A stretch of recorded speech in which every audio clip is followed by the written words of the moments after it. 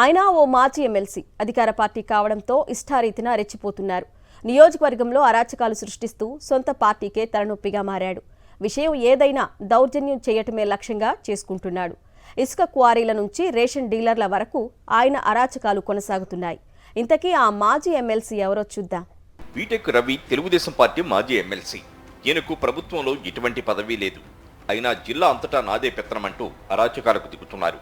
ప్రతి విషయంలోనూ తన కండబలాన్ని చూపిస్తూ అన్ని నియోజకవర్గాల్లోనూ వేలు పెడుతూ కూటమి ప్రభుత్వానికి తలనొప్పిగా మారాడు. తాజాగా రేషన్ షాపు డీలర్ల విషయంలోనూ పులివెందులలో సొంత పార్టీ ఎమ్మెల్సీ రామ్ గోపాల్ రెడ్డితో తలపడ్డారు.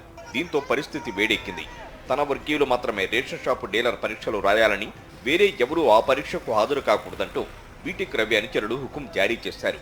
కాదని పరీక్షకొచ్చిన రామ్ గోపాల్ వర్గీయుడు ప్రకాష్ పై దాడి చేశారు. దీంతో రామ్ గోపాల్ భార్య ఉమాదేవి ధర్నాకు దిగారు. టీడీపీలోని రెండు వర్గాలు కలిసి పులివెందులలో యుద్ధ వాతావరణాన్ని సృష్టించాయి.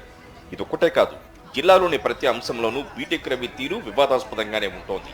మొన్నటికి మొన్న నీటి సంఘాల ఎన్నికల్లో టీడీపీ మినహా మరే పార్టీ వారు నామినేషన్లు వేయడానికి వీల్లేదని అనుచరులతో వారిపై నేరుగా దాడికి దిగారు. వారి చేతిలోని పత్రాలను చించేసి ఏకగ్రీవం చేసుకున్నారు.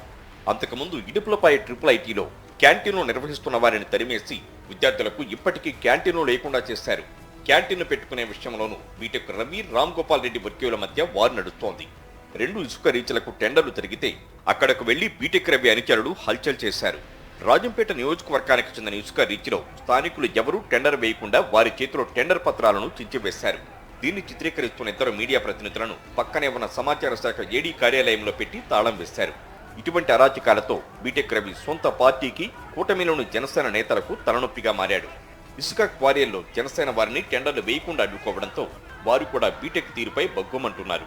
మరో ఇసుక క్వారీ విషయంలో కడప ఎమ్మెల్యే మాధవిరెడ్డి వర్గీయులు వస్తే వారిని టెండర్లు వేయకుండా అడ్డుకున్నారు.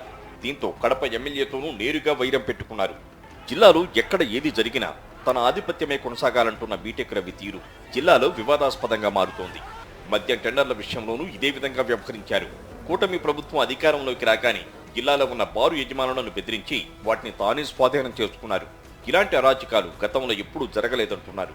సొంత పార్టీ నేతలతో సైతం కయ్యానికి కాలు దువ్వుతున్న బీటెక్ రవి వ్యవహారం టీడీపీలో ఇప్పుడు హాట్ టాపిక్ గా మారింది.